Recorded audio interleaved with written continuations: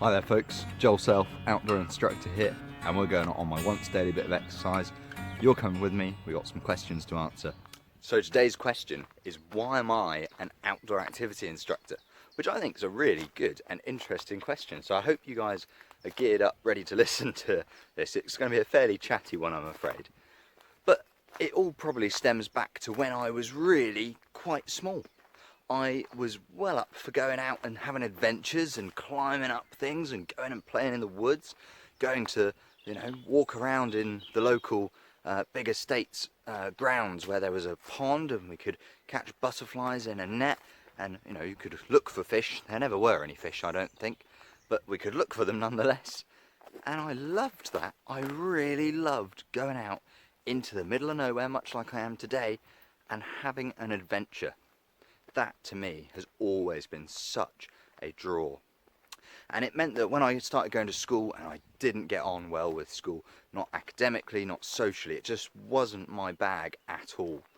But as I was going through my time at school, you get sent on various school trips. Now, a lot of these involved activities like climbing and archery. Some of them involved things like caving, which was brilliant fun. And I started to go, oh, hang on. So I'm not any good at reading and writing. I don't know my 8 times table, and I don't know what algebra does to... don't ask me about algebra, I don't have a clue. But the point was, you go on a school trip, and rather than me and the last person picked for the team, suddenly I was the first person being picked for the team. In fact, I was the team captain in some cases, because I was the one who was geared up and excited and good at climbing. And it was amazing to have this thing that I could suddenly go, ooh, I'm good at that. I'm good at climbing. I've got a cool, calm head for kayaking and caving. And I enjoy going up high on these, weird trapeze things. And, that just really, really worked well for me. And to suddenly have that thing that I was good at was really exciting. The problem is, school trips are few and far between. You might be talking a whole year between trips. And yeah, that therefore puts a bit of a stumbling block in the way in terms of progressing things and, yeah, getting involved in those activities. So after realising that being outdoors and taking part in these adventurous sports and activities resonated well with me, I thought, yeah, I could pursue that a little bit. I thought, well, who does these things? The army, right, so I'll join the army. That'll be the way forward. And for a long time, that was the plan. Join the army, go shoot the bad guys, have some adventures. Brilliant, sounds like a cracking plan. And then I realised there was one major downside to this. And I found it really interesting because Jez from JB Mountain Skills said word for word the same thing I've been saying for at least the last 6 years. I decided not to join the army because I realised I could go and have all those adventures and all those brilliant fun experiences without getting shot at. And, I mean, why would you want to get shot at? So, it turns out, being in the army wasn't for me. It wasn't the way things were going to go, as much as that had, for a long time, seemed the way. There was a brief moment where I had a daft 5 minutes and thought I might be an architect. That was never going to happen. Never going to happen. But I did decide, definitely wanted to work in the outdoors. I was lucky enough that whilst I was at school, they realised, yeah, this kid's a bit thick, he doesn't get on so well with the academic side of things. So they sent me off to agricultural college, and I studied agriculture and large animal care. Brilliant fun. And again, just reinstilled this thing in me about I need to be outside and I need to be doing something really practical and physical with my life. And I, loved the fact that I could do a whole day of working and learning without putting pen to paper, which for me was a really massive deal, because in school that would be a huge stumbling block. I went whole years without doing any homework. I didn't revise for any of my exams. You're lucky if you saw me ever doing any work, if I'm honest.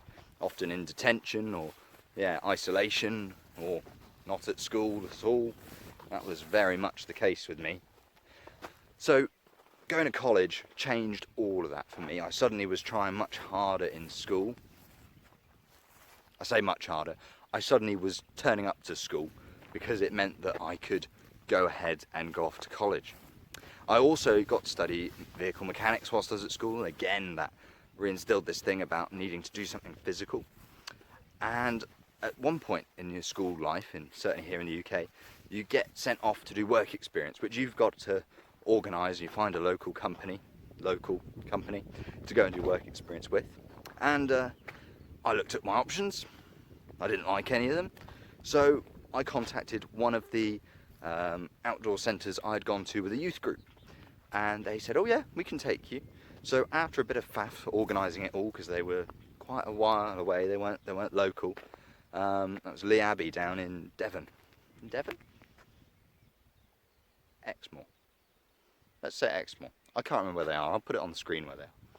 But I went there, and oh my goodness, I was like, this is a real job. Real people do this real job, get trained and have real qualifications, and then get paid real money.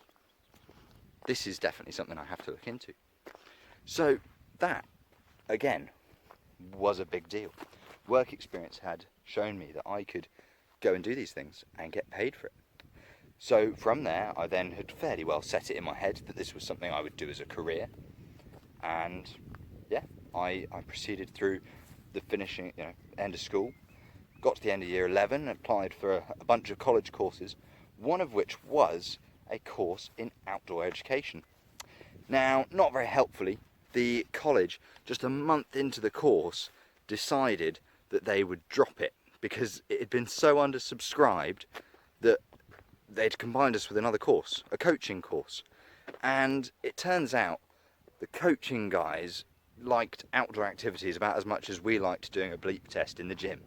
We'd all gone to go climbing and kayaking, and these guys had gone to play football, so we weren't exactly in the same boat. And the course, therefore, was a massive flop. They cut the course off, cancelled it all. I think some people saw it through to the end of a year, but nobody, as far as I'm aware of, finished the course. Yeah, it was a disaster. So I spent the remainder of that year, that first year of the course, in a New Start program, which was basically a Please Don't Sell Drugs program. Now, for me, that was never on the career plan, so that was fine, no issues there.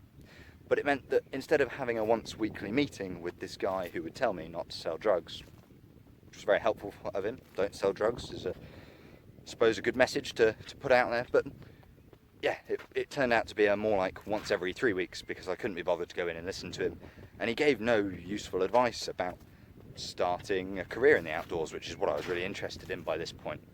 So after half a year dealing with his rubbish, I then progressed and found that there were some training courses I could go and do, some national governing body awards that I could go and do. So my granddad actually found for me a centre, or an organisation called AC UK, who were offering these year-long trainee schemes. And so I went and got involved in AC UK's Pioneer Centre, which is in the West Midlands. Boy, was that an amazing, life-changing experience for me. I've already done a video on that, so I won't sort of get too much into all those details. But yeah, getting out and working with real clients, getting trained and qualified in outdoor activities, suddenly I was like, yeah, this is definitely for me. After the year, I did about half a month of extra work with them in January of the following year as a freelance instructor. I then came home, started my own business straight away, working as Joel Self Outdoor Instructor. So that involved taking people out walking and doing some tree climbing with people. Yeah, this was amazing. It was all going really well. I got a job at my local climbing wall, and I've now progressed to the point where I'm running the local wall for the council. Yeah, and it's fab. I'm loving it. Unfortunately, all of this coronavirus business has gone on, which has somewhat dampened the career progression at the minute. So I'm not able to get out and do the personal qualifications and training that I'd like to do. Also not able to get out and do the professional qualifications I'd like to do. So that's a bit of a shame, but we're all in the same boat here. We're all going out and doing this once daily bit of exercise and trying to make that do. So this walk has been very much appreciated in amongst all the current goings on. So I suppose that's it. That is why I'm an outdoor activity instructor, because if you could have got an A star in school trips, I would have done. And it's as simple as that. I was crap at school, crap at most things really, apart from these outdoor activities. And I think there's probably going to be a fair few people out there who equally feel they're pretty crap at loads of stuff, but feel they're pretty good at these climbing things, maybe at their kayaking, maybe at their map reading. And I reckon you need to chase that 112%. So, thank you very much for watching today's video. I've been Joel, Outdoor Instructor. Goodbye.